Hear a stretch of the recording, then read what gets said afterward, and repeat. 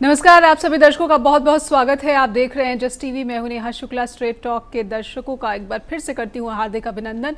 Straight talk में हम आज फिर बात करने वाले हैं ईरान और इजराइल के बीच छिड़ी जंग और जंग जैसे हालात। इसे कुछ भी नाम दे दीजिए, लेकिन ये लग रहा है कि पूरी दुनिया आशंकित है कि कहीं ये जो युद्ध है अब बड़ा जो है विस्तार ले चुकी है और इस युद्ध में एक तरफ इजराइल है, अमेरिका है, पश्चिमी देश है, तो दूसरी तरफ ईरान खड़ा है। लेकिन क्या उसको अन्य सहयोगी देशों का साथ मिल रहा है?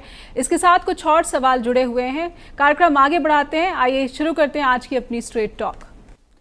तो आज सिर्फ स्ट्रेट टॉक में ही नहीं बल्कि पूरी दुनिया ये समझना चाहती है कि अब आगे क्या, ये जो युद्ध छिड़ गया है ईरान और इजराइल के बीच सीधे तौर पर, इसके बाद अब आगे दुनिया के सामने क्या होने जा रहा है और लेबनान में जो ग्राउंड ऑपरेशन इजराइल चला रहा है इसका क्या मायने, और क्या हिजबुल्लाह कमज़ोर पड़ चुका है। हालांकि इजराइल के 8 सैन्य जवानों की मौत हुई है, सैनिकों की मौत हुई है। इससे कहा जा रहा है कि हिजबुल्लाह कमज़ोर नहीं पड़ा है, उसकी जो सेकंड कमांड है वो रेडी है। हमारे साथ जो पैनल जुड़ा हुआ है उनसे आपका परिचय करवाएंगे, लेकिन उससे पहले आज के सवाल और आज की चिंताएं कह लीजिए या फैक्ट्स कह लीजिए, आपके टीवी स्क्रीन पर रखने की कोशिश करेंगे।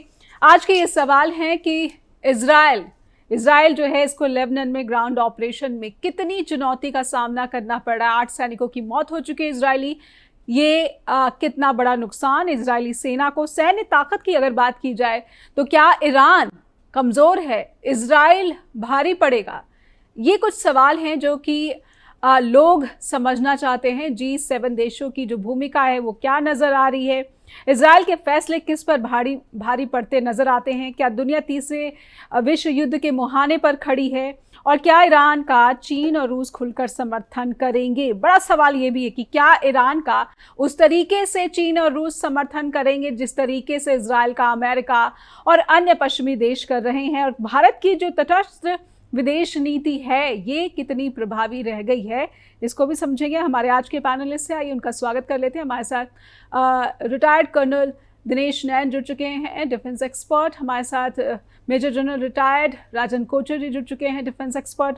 आप दोनों का बहुत बहुत स्वागत करती हूँ मैं। और शुरुआत में दिनेश सर आपसे करना चाहूँगी। आप ये जो लेटेस्ट डेवलपमेंट है, 8 इजरायली सैनिकों की मौत और उसके बाद अब ये कहा जा रहा है कि 15 हिजबुल्लाह के लड़ाके इजरायली सेना ने मार गिराए हैं लेबनान में। देखिए नेहा, पिछले हफ्ते के अंदर जो कार्रवाइयां वहां पे हुई, सबसे पहले पेजर बॉम्ब, उससे अगले दिन वॉकी टॉकीज, उससे अगले दिन 100 के करीब रॉकेट्स जी, उससे अगले दिन जो है टारगेटेड एयर रेड्स, जिसके अंदर हसन नसरुल्लाह फ्राइडे को मारा गया। और उसके बाद से उससे अगले दिन से ही, बिल्कुल सैटरडे से ही जी, इजराइल ने अपनी कार्रवाई नहीं रोकी और उनकी जो ग्राउंड रेड्स हैं, उस ग्राउंड रेड का प्रोग्राम शुरू हो गया था, जिसको कि यूनाइटेड नेशंस की जो वहां पे फोर्स बैठी हुई है, पीस कीपिंग फोर्स, उन लोगों ने भी उसका जो है वो कंफर्म किया है कि उनको इंफॉर्मेशन दी गई थी इजराइल द्वारा कि ये लोग कुछ 120 एरिया में जो फ्रंट पड़ता है जो इनका लेबनान के साथ में नॉर्थ में, ये लोग कुछ ज्यादा गहराई में नहीं परंतु कुछ दूर तक जो गांव है जहां से इनको खतरा आ रहा है हिजबुल्लाह का अटैक करने का, वो ये रेड करना चाहते हैं। इनका तो तर्क था इजराइल का, वो ये था कि इनके 60,000 से ज्यादा लोग नॉर्दर्न इजराइल के अंदर से जो है वो रिहेबिलिटेट करना पड़ गया इनको, के दूर बैठाए हुए हैं। वो चाहते हैं कि वो वापस से अपनी जगह पे आए और वो इसलिए इंश्योर कर रहे हैं कि हिजबुल्लाह के पास में उसकी हिजबुल्लाह की जो ताकत है वो इतनी कम कर दी जाए कि वो इन नागरिकों को जो ये वापस से लेके आएंगे उनको तंग ना कर पाए जी। उसी की पहल के अंदर जो है आज सुबह जो है कल सुबह आती, आज सुबह ने इन लोगों ने कुछ रेड्स किया और उसके अंदर एक खबर निकल के आई कि 8 के करीब कुछ ऑफिसर्स और जवान इजराइल के जो हैं उनको क्षतिग्रस्त हुए हैं। इन लोगों ने पहले 20 क्लेम किए थे कि इन लोगों ने 20 के करीब हिजबुल्लाह आतंकवादियों को मार दिया है, अब 15 बोल रहे हैं, लेकिन हिजबुल्लाह ने इसके बारे में कोई कंफर्मेशन नहीं की है। कि बाकी न्यूज चैनल से, अल जजीरा वगैरह से इनसे निकल रही हैं, लेकिन हिजबुल्लाह ने बिल्कुल कोई कंफर्मेशन नहीं दी कि उनका कितने लोग उनके मरे गए। बट उन्होंने एक लोकल एरिया के अंदर जो साथ में गांव पड़ता है, वहां पे शहर पड़ता है नजदीक, उसके अंदर बेका के पास में उन्होंने एक प्रेस कॉन्फ्रेंस ली जिसमें कि एक प्रवक्ता जो उनका था हिजबुल्लाह का, उसने कहा कि हम लोगों ने बहुत बुरी तरीके से जो है इजरायली सेना को जो है 13 जगह पे अटैक किया उनके ऊपर जब वो गांव में घुसने की कोशिश कर रहे थे। और जो फिगर इजरायल बता रहा है कि 8 लोग ही सिर्फ जो है वो मारे गए हैं और 12-15 लोग घायल हुए हैं, ये फिगर बहुत ज्यादा है और लोग झूठ बोल रहे हैं और ये फिगर हम काफी बड़ी है इससे ज्यादा। इस तरह की उन्होंने प्रेस कॉन्फ्रेंस की। याद है इसके बाद में जी आप कुछ पूछ रहे थे? जी, मैं यही समझना चाह रही हूँ, ये जो ईरान अब सीधे सीधे इसने मिसाइल दागे और उसके बाद लेबनान में अलग ऑपरेशन चला रहा है इजराइल, अब आगे आप क्या देख पा रहे हैं दोनों देशों के बीच? लेबनान की भूमिका बाद में मैं डिस्कस करना चाहती हूँ, लेकिन दोनों देशों के बीच अगर मैं सीधे सीधे समझूं तो क्या रणनीति दिख रही है? इजराइल ने कहा कि अंजाम भुगतना होगा, आप किस तरह से देख रहे हैं कि ईरान के खिलाफ एक्शन प्लान तैयार कर रहा है इजराइल? और G7 देशों की जो बैठक बुलाई गई, इस बारे में आपकी क्या टिप्पणी?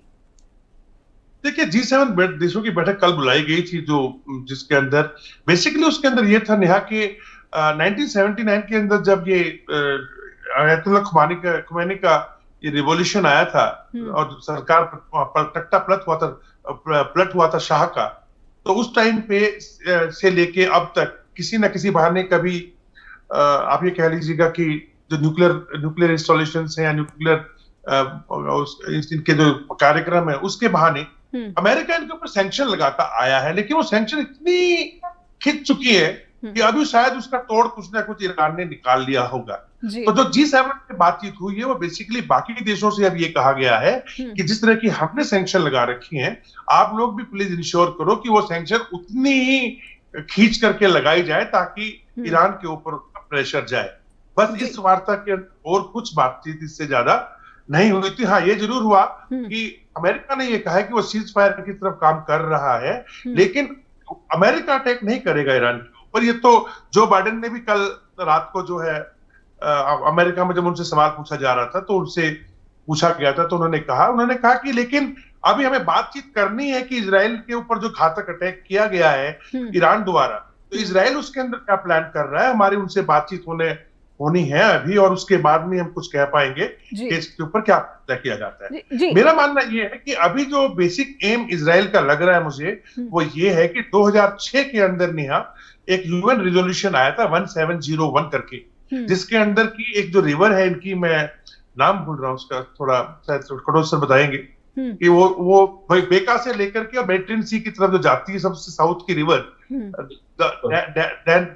डेनिस ऐसे कुछ नाम है, उस रिवर से आगे जो लेबनान की आर्मी है वो उस एरिया में रहेगी जो बफर जोन होगा इजराइल और उस रिवर तक के एरिया में, और हिजबुल्लाह उससे आगे नहीं आएगा। लेकिन ओवर द पीरियड क्या हुआ है कि सारे रूल्स तोड़ दिए गए थे और अब इजराइल चाहता है कि जो यूएन रेजोल्यूशन 2006 का था वो लागू किया जाए, इंश्योर किया जाए कि हिजबुल्लाह उस लाइन से पीछे रहे। आगे के बारे में कल लेबनान की गवर्नमेंट ने भी यूएन के अंदर बोला है कि हम अपनी फोर्स को भेजने को तैयार है, 1500 के करीब लोगों को हम रिक्रूट इमीडिएटली कर रहे हैं। अब कब रिक्रूट करेंगे, कब ट्रेनिंग करेंगे, वो तो देखने वाली बात होगी, लेकिन इजराइल इस इंश्योर करने की कोशिश कर रहा है कि कैसे ये लोग हिजबुल्लाह इतने दूर हो जिससे कि हम लोगों को वापस ले आए, उनकी जो सेटलमेंट्स हैं नॉर्दर्न इजराइल के अंदर 60,000 के करीब जो लोग डिस्प्लेस हो रखे हैं, और उसके बाद हम उनको बुला सकें। जी, ये ऐसा लग रहा है कि इजराइल की जो सरकार है वो इस टाइम जो है अपना फेस सेव करने की कोशिश करे, अगर रिहैबिलिटेशन ही उसका पर्पस है इस ग्राउंड ऑपरेशन का। लेकिन मैं जब बात यूएन रेजोल्यूशन की आती है तो इजराइल वही यूएन रेजोल्यूशन जो है उसका उल्लंघन करता नजर आता है, चाहे मैं वेस्ट बैंक की बात कर लूँ, गजा पट्टी की बात कर लूँ। हमारे साथ मेजर जनरल राजन कोचर भी जुड़े हुए हैं, उनसे भी इस सवाल को समझने की कोशिश करेंगे। सर, मैं आपसे समझना चाहती हूँ कि पहला तो अमेरिका ने एक और स्टेटमेंट दी है जिसमें इजराइल ने परमाणु ठिकाने जो है ईरान के, उसके पास जो है निशाना दागा है और इसका अमेरिका ने समर्थन नहीं किया है। इस स्टेटमेंट को आप कैसे देख रहे हैं अमेरिका की, और जो बात दिनेश सर ने भी कही है कि अमेरिका इस वक्त जो है ईरान पर हमला नहीं करना चाहता है, आप इस स्थिति को कैसे देख रहे हैं? थैंक यू नेहा, आपने मुझे अपने शो में इनवाइट किया।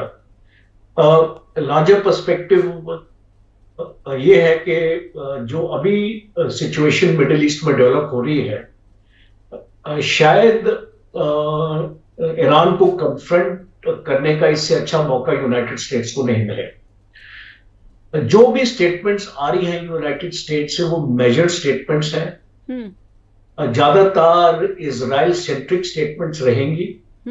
यूनाइटेड स्टेट्स अपनी तरफ से कोई ऐसी मेजर स्टेटमेंट नहीं निकालेगा, बिकॉज अभी इलेक्शन टाइम है और नवंबर में इलेक्शंस है। वो कोई भी ऐसी चीज बाइडेन एडमिनिस्ट्रेशन अपने ऊपर एक जोखिम नहीं लेगी कि वो एक डायरेक्ट स्टेटमेंट या एक वॉर लाइक स्टेटमेंट निकाले जी। ज्यादा इंपॉर्टेंट ये है कि ये लड़ाई कहां तक खिंचने वाली है। अब आप एक operational plan already Israel defence forces का बन चुका है, जो अमेरिका के जो यूएस आर्मी के चीफ हैं जनरल कुर्विला के साथ ऑलरेडी डिस्कस हो चुका है। और अमेरिका प्रिवी है, जानता है कि इजराइल का जो ऑपरेशन किस तरीके से आगे बढ़ेगा।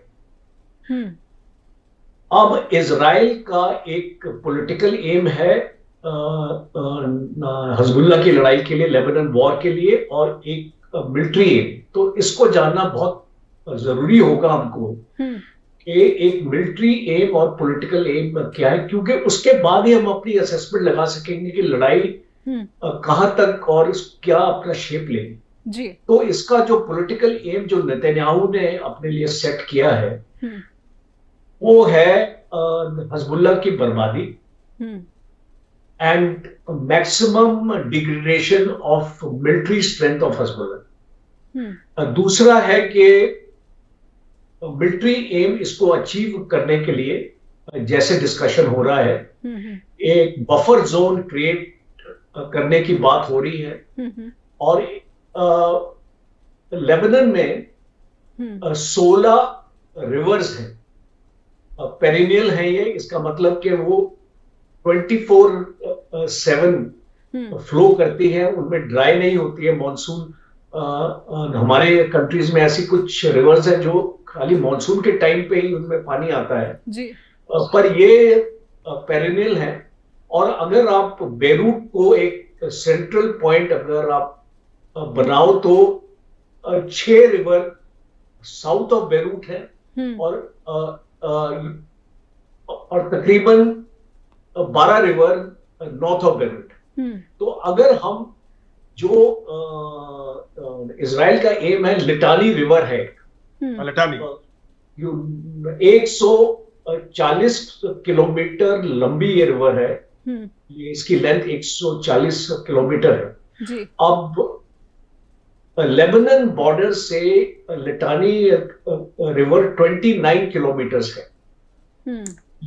ये 29 किलोमीटर्स के एरिया में इजराइल ने आइडेंटिफाई फिलहाल 25 गांव किए जी। ये 25 गांव इजराइल को इंफॉर्मेशन है कि यहाँ पे हिजबुल्लाह के अड्डे कैंप्स है, यहाँ पे अंडरग्राउंड है, वहां पे टनल्स भी वहां पे आइडेंटिफाई हुए हैं। इस गांव में जो भी घर है उसके नीचे से उनके एक पूरा टनलिंग सिस्टम है जी। तो पहली वार्निंग इजराइल ने 2 दिन पहले इसको दी थी, ये ग्राउंड ऑपरेशन लॉन्च करने से पहले, कि जितने भी लोग इस गांव में रह रहे हैं वो नॉर्थ ऑफ अवाली रिवर चलेंगे।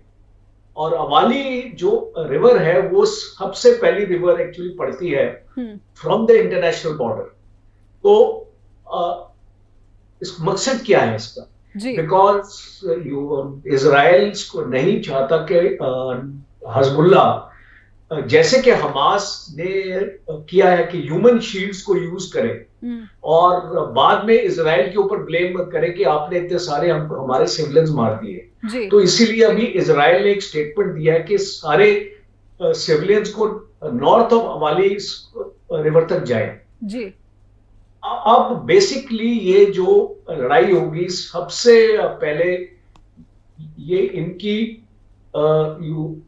शॉर्ट टीम एक्शन होगा, जो इसका मतलब है कि छोटी छोटी टीम्स इजराइल के अंदर जाएंगी, लेबनान के अंदर इंटेलिजेंस हिजबुल्लाह की टीम इजराइल की टीम अंदर जाएगी। इजराइल की यू शॉर्ट टीम और शॉर्ट ग्रुप टीम्स का ये कॉन्सेप्ट है इजराइल का। ठीक है। तो ये टीम्स उन एरियाज में जाएंगी जहां पे इंटेलिजेंस उनको मिलेगी कि यहाँ पे हिजबुल्लाह के फाइटर्स आपके छुपे हुए, और पूरे इस एरिया को एक फेज 1 का जो ऑपरेशन होगा वो ये स्मॉल टीम ऑपरेशन होगा, और इसको हिजबुल्लाह को उस एरिया में आपको सैनिटाइज किया जाएगा जी। फेज 2 में इजराइल की 2 डिविजन्स ऑलरेडी तैयार है बॉर्डर पर, और इसमें ये जो शॉर्ट टीम ऑपरेशन होगा, पहले इसमें आर्टिलरी फायर होगा जी, और फायर के बाद ये लोग अंदर घुसेंगे कि एटलीस्ट जो भी वहां पे दुश्मन है उसको हमने काफी हद तक नष्ट कर दिया है। तो उसके बाद इजराइल अपने डिवीजन के साथ मूव करेगा अंदर, और पूरा का इस बार 2006 की गलती जो है इजराइल ने, आप जानते हैं कि 2006 की जब लड़ाई हुई थी उस टाइम पे इजराइल को काफी कैजुअलिटीज मिली थी, और बोला जाता है कि वो लड़ाई एक डिसाइसिव लड़ाई नहीं थी। इजराइल वो लड़ाई इसको जीता नहीं था, जब वापस आया तो उस टाइप का जश्न नहीं था इजराइल में।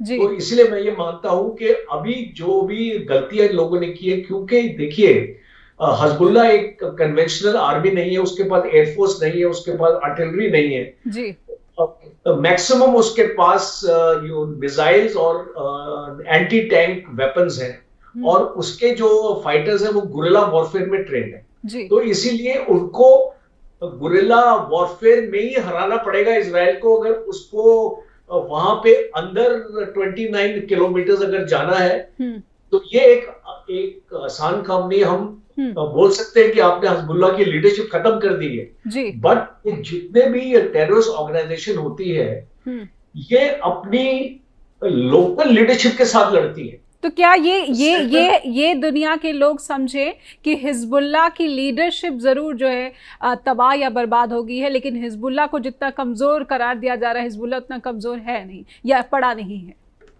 Yes, absolutely, I agree with you, because ये जो इनके लोकल लीडर्स हैं ये अभी भी मौजूद है वहां पे, उनको एलिमिनेट नहीं किया गया है, और इसको लड़ाई जो होगी ये लोकल एरियाज में ये लोग लड़ेंगे, अपने अपने एरियाज में, अपने अपने क्षेत्र में लड़ेंगे, और इजराइल डिफेंस फोर्सेस को रोकने की कोशिश करेंगे। काफी एरियाज को इन लोगों ने माइंस भी लगा रखी हैं और उसको कवर भी किया हुआ है फायर से। तो इस तरीके से ये लोग लड़ेंगे। इतनी आसान लड़ाई इजराइल के लिए होने वाली नहीं है। और इसमें कितना समय आप समझ पा रहे हैं कि लग सकता है कि हम इसी तरह की लड़ाई और इसकी खबर जो है लगातार देखेंगे कि कितना समय लग सकता है लेबनान में इस ऑपरेशन में इजराइल को? देखिए, इस 2006 की लड़ाई 34 दिन तक गई थी, ये लड़ाई इससे और भी ज्यादा लंबी आई, बिकॉज इजराइल भी नहीं चाहेगा कि वो अपनी कैजुअलिटीज और अपने आप को एक्सपोज करता रहे। वो भी बहुत ही डेलिबरेटली जाएगा अंदर जी। यानी ये कोशिश होगी सर कि तब तक अमेरिका में राष्ट्रपति चुनाव संपन्न हो जाए। सर, मैं आपसे समझना चाहूँगी कि अभी तो मेजर जनरल ने कहा कि ये लंबा खिंचेगा 2006 के मुकाबले, और इस दौरान हो सकता है कि राष्ट्रपति चुनाव अमेरिका के संपन्न हो जाए। लेकिन मैं दूसरी तरफ ईरान को समझना चाहती हूँ। अब ईरान का अगला जो है एक्शन आप क्या समझ पा रहे हैं? अगर हिजबुल्लाह को समर्थन जिस तरीके से ईरान करता आया है, ईरान क्या चुप बैठेगा अगर हिजबुल्लाह के खिलाफ एक एक करके ग्राउंड ऑपरेशन लगातार मजबूत करता रहा इजराइल? और ये जो नेगोशिएशन की बात हो रही है कि अभी भी जो है बातचीत का टेबल जो है सजा हुआ है और इस पर आमंत्रित डायलॉग्स को प्रेफरेंस दी जा रही है। अगर आप बाइडेन की ही बात यहाँ पर कर रहे हैं, स्टेटमेंट की बात कर रहे हैं, तो आप नेगोशिएशन को कितना मजबूत देख पा रहे हैं और ईरान का अगला एक्शन क्या दिख रहा है? देखिए, कल रात जो है नेहा, ये प्रवक्ता जो है इसके जो व्हाइट हाउस के, वो एक प्रेस कॉन्फ्रेंस में उन्होंने बताया था कि हमास को हम लोग एक बार नहीं अनेक बार ये शांति प्रस्ताव भेज चुके हैं कि भाई ये जो है सीज फायर का, लेकिन हमास इज नॉट रिस्पॉन्ड। यानी इन्होंने एग्जाम जो है गाजा स्ट्रिप का पूरा वो हमास के ऊपर डालना शुरू कर दिया कि भाई वही तैयार नहीं हो रहा तो हम क्या करें, वो तो अटैक करेगा ही कर। नंबर दूसरा, आपका सवाल था कि ईरान, अब इस पूरी स्थिति के अंदर जो ईरान क्या करे? देखिए, ईरान बेसिकली इजराइल के साथ में या फिर पूरे गल्फ कंट्री के साथ में जो दो ग्रुप बने हुए थे शिया सुन्नी का, उसके अंदर एक अपना वर्चस्व बनाने के लिए इसने रास्ता चुना था अपना ये एक्सेस ऑफ रेजिस्टेंस, यानी कि इसने अपने ईरान समर्थित जितने भी ये उनको जो है फ्रीडम फाइटर बोलते हैं, लेकिन जितने भी आतंकवादी थे, चाहे वो यमन के अंदर हुती हैं जो कि सिया पॉपुलेशन है, काफी हद तक सिया पॉपुलेशन आपके इराक में भी है, वहां पे भी एक फेमस मिलिटेंट ग्रुप है जो कि सिया डोमिनेटेड है, सीरिया के अंदर इनके लोग हैं, और उसके बाद लेबनान के अंदर इन्होंने हिजबुल्ला को, और आपके जो इजराइल के पास कुछ वेस्ट बैंक में से लेके और खासकर गाजा पट्टी में ज्यादा कंसंट्रेटेड हमास। अब जब हमास ने 7 अक्टूबर वाला जो अटैक किया था, ये बेसिकली अगर देखा जाए तो चीन की एक साजिश। 20 जो दिल्ली के अंदर, अगर आपको याद हो, जो G20 का जो कार्यक्रम हुआ जी, उसके अंदर एक यूरोप और मिडिल ईस्ट को लेकर के एक road and belt and road जो इनिशिएटिव है, जो प्रोग्राम है इसका चाइना का, उसका एक कोड निकाला गया था जिसमें कि कहा गया था कि यहाँ से हम लोग सऊदी अरब को कनेक्ट करेंगे, यूएई को होते हुए एक आर्थिक गलियारा बनाए जाने की बात गलियारा बनाया जी। और चीन को यह मंजूर किसी हालत में नहीं था, तो उसको सबसे सस्ता तरीका, इसको बिल्कुल आज भूल ही गए सब लोग, इसको वाइप आउट करने का था कि ईरान, जो कि उसके साथ में काफी दिनों से, काफी 2-4 सालों से इनकी काफी आपस में बात चल रही है, $400 बिलियन का इनके बीच में तेल को लेने का भी करार हुआ है, और ये चाइना, रशिया और ईरान एक तरीके से वर्ल्ड ऑर्डर में भी एक ग्रुप में विद नॉर्थ कोरिया दिखाने की कोशिश की जा रही है। तो ये जो हमास है उसको जो एक्टिवेट किया गया ऑल ऑफ ए सडन, क्योंकि इजराइल के लिए भी, इंटेलिजेंस के लिए भी बहुत बड़ा शॉक था। उसके बाद में 7 अक्टूबर को जब लोग मारे गए, लगभग आई थिंक 1200 लोग मारे गए थे, और 5-6 हजार लोग घायल हुए थे, काफी थे जी। तो इजराइल का जो रिस्पॉन्स हुआ है, अब अचरज की बात देखिए कि लोग ये बात नहीं कर रहे हैं कि 7 अक्टूबर को जो अटैक हुआ इजराइल पे, उस पे ह्यूमन राइट्स का क्या हुआ। वहां भी बच्चे मारे गए, वहां पे यूथ मारे गए, डांस करते हुए लोगों को मारा, भगा के मारा। लेकिन जब इजराइल ने अटैक करना शुरू किया हमास के ऊपर, तो सबसे पहले ये ह्यूमन राइट्स का वायलेशन बन गया। अब इजराइल का जो एम था वहां पे, वो बिल्कुल पहले दिन से क्लियर था। उस टाइम सब लोग बहस कर रहे थे, अब इजराइल क्या करेगा, वहां पे कौन आकर के जो है इसको संभालेगा, हमास क्या नाम है, गाजा स्ट्रिप को, क्या ये जो है पैलेस्टाइन की जो गवर्नमेंट है, सॉरी इसका वेस्ट बैंक वाली, वही जाएंगे, अब्बास जी जाएंगे वहां पे कंट्रोल करने के लिए। लेकिन पहले से काफी लोगों का कहना ये चल रहा था, मेरा भी यही मानना था कि अब गाजा स्ट्रिप को इजराइल इतना बुरा मारेगा कि वो इनहेबिटेबल कर देगा इसको, यहाँ रहना मुश्किल हो जाए लोगों का, आप बसो ही ना साथ। अब मैं आ जाता हूँ आपका हिजबुल्ला के ऊपर। देखिए, जो मैंने आपको पहले फेज 1 में बताया था वो था कि दुनिया को क्या दिखाया जा रहा, अब है कि ग्राउंड पे इजराइल की फितरत क्या है जी। ग्राउंड पे इजराइल की फितरत है ये गाजा स्ट्रिप के तरीके से ही आगे बढ़े। उस कैजुअलिटी शुरू में होगी, ठीक है, अभी वापस से अपना क्या कहते हैं इंटेलिजेंस वगैरह सेट करेंगे। देखिए, इन्होंने पेजर का जो बॉम्ब है उसको फोड़ करके इनकी कम्युनिकेशन, इनके वॉकी टॉकीज खत्म किए, इनके हेडक्वार्टर्स के ऊपर रॉकेट्स दागे, अटैक किए, तोड़ फोड़ दिए। तो बेसिकली इनका इरादा यही था कि जब हम लोग इस टाइप के अटैक के लिए ग्राउंड पे घुसेंगे तो यहाँ पे अफरा तफरी होनी चाहिए। क्यों? क्योंकि नेहा, इन हिजबुल्ला के पास लगभग 1.5 लाख के करीब रॉकेट्स और मिसाइल्स, फादी 1 है, फादी 2 है, इनके पास मतलब भंडार है इनके पास, और लगभग इतने ही लोग इनके पास में एनरोल्ड हैं। तो ये हमास इतने नहीं, हमास में तो मुश्किल से 30-40 हजार लोगों की बात कर रहे थे, जिनमें से 25-30 की 15-20 हजार लोग मार दिए गए हैं। इनकी स्ट्रेंथ बहुत ज्यादा है उससे।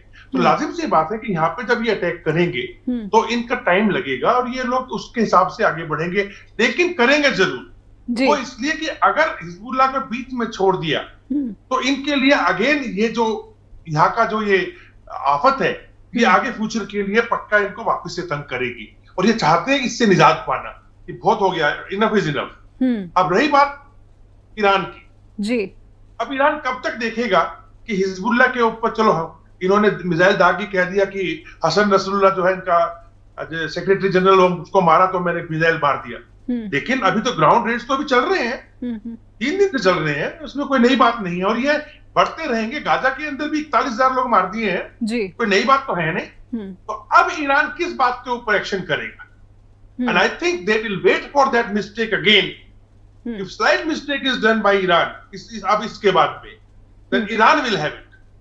अब रही बात इनका जो हिजबुल्लाह का है, इसको तो ये मतलब अपना 30 किलोमीटर तक का रेंज जो एज पर यूएन कन्वेंशन, क्योंकि लेजिटिमेट है ये लोग, 2006 का यूएन कन्वेंशन, यूएन का पूरा इसके ऊपर डायरेक्शंस है, वहां पीस कीपिंग फोर्स है, तो करिए ये करके, ये चाहते हो करना। अब आगे बात जो Iran versus America versus Israel, देखिए ईरान के ऊपर सैंक्शंस अभी G7 और लगाएगा। 1 महीने के करीब टाइम है आपके पास में, नेतन्याहू के पास में, अपने पूरे एक्सपेरिमेंट करने का। मैं तो बल्कि कल एक न्यूज चैनल में ये कह रहा था कि नेतन्याहू के आइडियाज और यूएस का जो कैलेंडर है ना, वो बड़ा मैच कर रहे हैं आपस में, ताकि वहां पे कुछ एक्शन होगा नहीं और ये अपने एक्शंस कर सकता है, तो ये उस प्लानिंग में लगा होगा। रही बात, चाहे सरकार किसी की भी आए अमेरिका के अंदर, प्रेसिडेंट कोई भी बने जी, चाहे वो रिपब्लिकन्स का और डेमोक्रेट्स का, नेहा वहां पे यहूदी लॉबी इतनी मजबूत और इतनी स्ट्रांग है फाइनेंशियली कि अमेरिका सोच भी नहीं सकता, चाहे वो चाहे या ना चाहे, उसको इजराइल के साथ खड़ा होना ही पड़ेगा। और दूसरा रीजन उसका ये भी है कि इस क्षेत्र में, गल्फ के अंदर, अगर कोई विश्वास पात्र या फेथफुल कंट्री जो उसके साथ खड़ी हो सकती है हमेशा, टाइम टेस्टेड, वो इजरायली है जो अमेरिका के साथ खड़ा हो। तो ऐसे के अंदर अब ईरान के साथ में इनके सिर्फ 2 ही पॉइंट है जिसके ऊपर ये काम करेंगे जी, ऐसा मेरा मानना। नंबर 1, किस प्रकार से हम, जैसे 1953 में चंगी भली डेमोक्रेटिक सरकार चल रही, तख्ता पलटा और शाह को लेके आ गए। शाह के साथ में 79 तक, 1953 से 1979 तक बहुत जम के दोस्ती चली। इजराइल की भी, इजराइल की पाइपलाइन बिछी उस टाइम पे ईरान से, गैस पेट्रोल तेल की पाइपलाइन बिछी हुई है, और सारे मिसाइल्स के मैन्युफैक्चरिंग जो है इजराइल बैठ के ईरान में करता था। नहीं, बहुत तगड़ी दोस्ती थी इनकी जी जी, बहुत तगड़ी दोस्ती थी।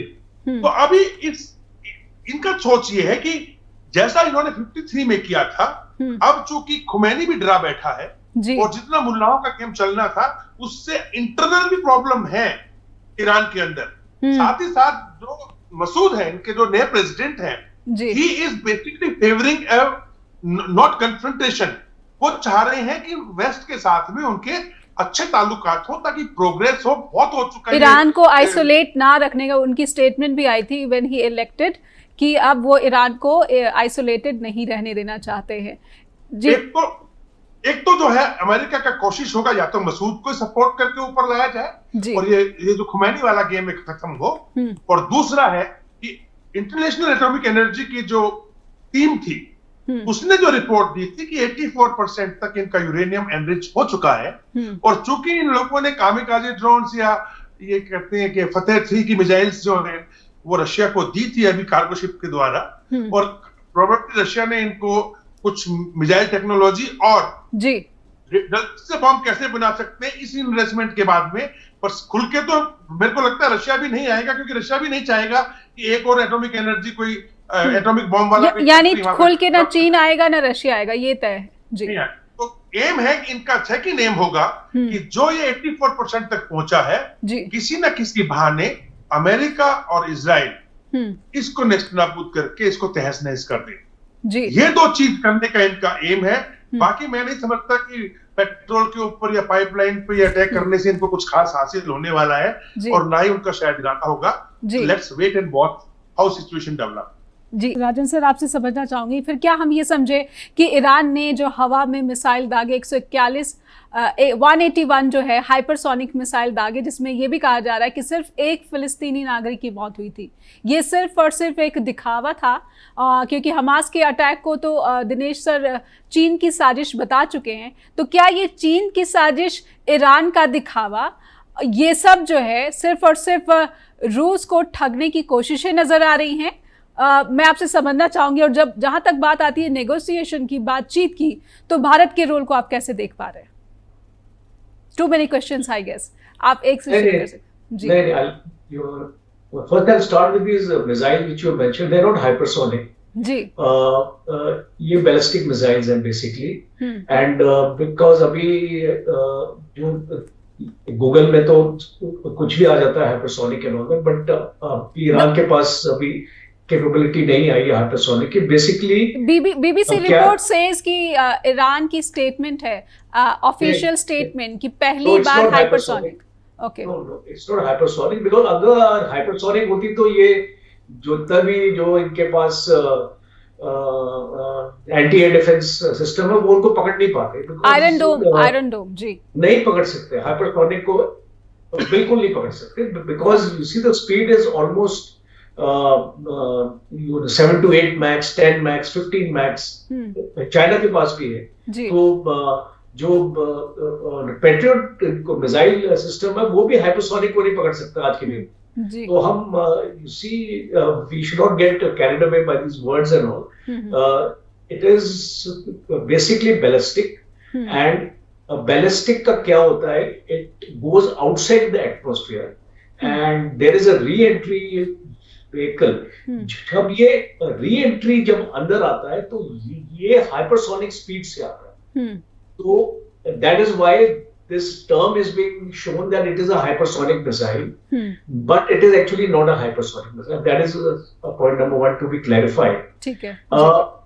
दूसरा important aspect ये है कि देखिए Iran has gone into peacekeeping mode now, because Iran knows कि after ये जो missile fire हुई है 181, ये 181 भी एक बहुत इंटरेस्टिंग फिगर है। अगर आप इसकी इंफॉर्मेशन में जाओ तो 181 means angel, and it symbolizes success.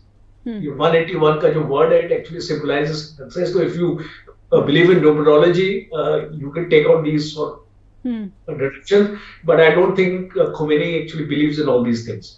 तो दूसरा इंपॉर्टेंट एस्पेक्ट ये है कि अभी जो ईरान ने एक्शन लिया है वो मजबूर हो गया था ये एक्शन लेने के लिए, बिकॉज हिजबुल्लाह का बहुत प्रेशर था ईरान के ऊपर, और पूरी मुस्लिम कंट्री जो है मिडिल ईस्ट में वो ईरान की तरफ देख रही थी कि भाई अब तुम क्या करोगे, तुम्हारे पास क्या पावर है कि इसको रिटेलिएट करने के लिए।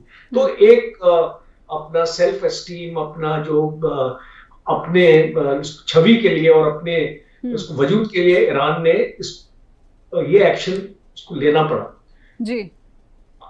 और अब ईरान को बहुत फिक्र लग गई है, क्योंकि जो अभी जो इजरायली एक्शन होने वाला है, अब ईरान के पास उस तरीके के एयर डिफेंस सिस्टम्स है नहीं जो इजराइल की मिसाइल्स को रोक पाए, और जो पूरी एडवांस सिस्टम्स है इजराइल के पास, जो मिसाइल्स है उनकी, वो कहीं पर भी ईरान के कोई भी, अगर आप एक अम्ब्रेला, अपना मिसाइल अम्ब्रेला अगर आप इनके इसको खींच दो तो ऐसी कोई जगह नहीं है ईरान में जहां पे इजराइल स्ट्राइक नहीं कर सकता जी। तो इसीलिए अभी उनको चिंता हो गई है, क्योंकि उनके जितने भी एयर बेसेस हैं वो टारगेट पे आएंगे, जितने हवाई जहाज है वो खत्म ऐसे में हो वो ईरान के जो परमाणु ठिकाने हैं, आप उनको कितना जो है संवेदनशील समझ रहे हैं जी? उसी अभी आपके पास एक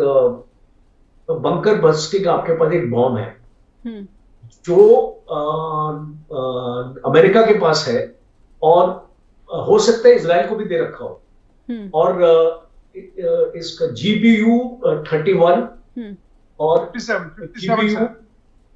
57। तो दो इसको कैटेगरीज के इनके पास बंकर बस्टिंग बॉम्ब्स हैं जी। और ये जो 57 वाला बॉम्ब है ये तकरीबन 2000 पाउंड का बॉम्ब है और जो 31 का है वो 500 पाउंड का बॉम्ब है। तो ये 30 मीटर अंदर इसको पेनिट्रेट करने के बाद डेटोनेट होता है। तो इसका मतलब है कि अगर आपके अंडरग्राउंड भी अगर आपने अपने न्यूक्लियर आपकी साइट्स जो है ज्यादातर अंडरग्राउंड ही होती है।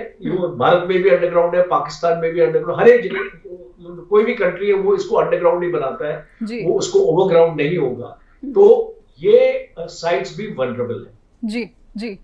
पर कुल मिलाकर क्योंकि समय बहुत ही लिमिटेड रह गया है, इसलिए मैं समझना चाहती हूँ कि ईरान में भी, जैसा कि दिनेश सर ने भी कहा है कि ईरान में भी खामनेई को जो है पूरा समर्थन नहीं मिल रहा है।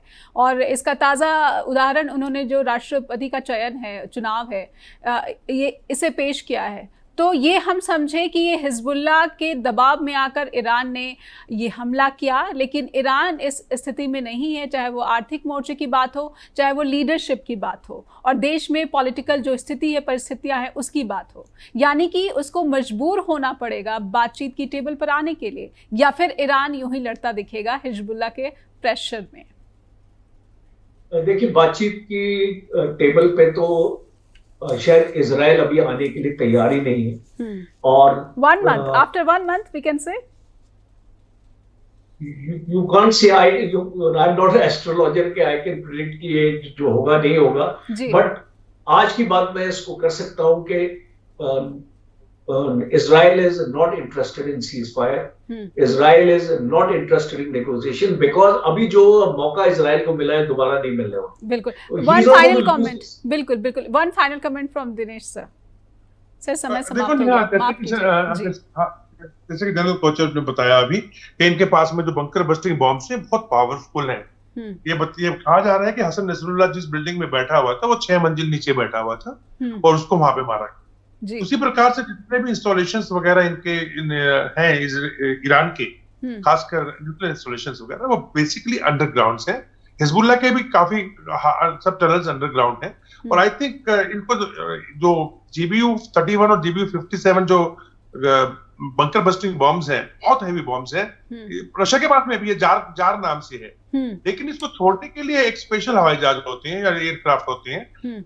इन्होंने डेवलप तो किया है इजराइल ने F-14EX करके, लेकिन बेसिकली ये या तो B-52 बॉम्बर्स से या फिर अमेरिका भी एक F-21 को आगे जो है डेवलप कर रहा है, इन बॉम्ब्स तक को यूज करने के लिए है। ये बॉम्ब इजराइल के पास हैं, इनका जो छोड़ने का तजरिया भी इनके पास है। तो मैं वही कहना चाह रहा हूं कि आने वाले टाइम के ऊपर, जैसे मैंने बताया कि इनके 2 ही एम है कि अभी जो ईरान ने अटैक किया था मिसाइल्स का, 2 कारण थे उसके। एक तो हिजबुल्लाह और हमास और हुती ये कह रहे थे भाई तुम हमारा माई बाप कहाँ बैठा हुआ है जब हमारी पिटाई हो रही है, तो वहां पे डर था। और दूसरा ये था कि अंदर देश के अंदर ही जो है इन्होंने जो हवा बना रखा है ईरान रिवोल्यूशनरी गार्ड्स को लेकर के और खुमैनी साहब ने, तो वो अंदर के अंदर से भी लोग इनसे फेड अप है कि क्या क्या क्या क्या काम कर रहे हैं ये लोग। तो इन दोनों डर से, इंटरनल से और इनसे, इन करके ये एक्शन किया गया है। नाम था फतेह 3। फतेह का मतलब ही विन होता है, जैसे सर बता रहे थे कि 181 का मतलब है टू विन एंजल। तो उस टाइप से ये लोग अपना तिकड़मबाजी करते रहते हैं। बट एम ये है कि आने वाले टाइम पे जो टारगेट होगा इजराइल का, मेन टारगेट मेरा मानना यही है, इनकी सरकार और न्यूक्लियर इंस्टॉलेशन। बिल्कुल, बहुत बहुत धन्यवाद। समय समाप्त हो गया। दिनेश सर आपका भी, राजन सर आपका भी, कि आपने अपना समय दिया और स्ट्रेट टॉक के साथ जुड़े। दर्शकों को उम्मीद करती हूँ कि ये सारी जानकारियाँ जो हैं, वर्तमान जो स्थिति बनी हुई है ईरान और इजराइल के बीच, इसे समझ पाने में मदद मिली होगी इन जानकारियों से। अपेक्षा करते हैं कि फीडबैक हम तक अवश्य पहुँचाइए। आप हमें लिखिए info@justbroadcasting.com या फिर neha@justbroadcasting.com पर भी। लगातार देखते रहिए आप जस्ट टीवी। नमस्कार।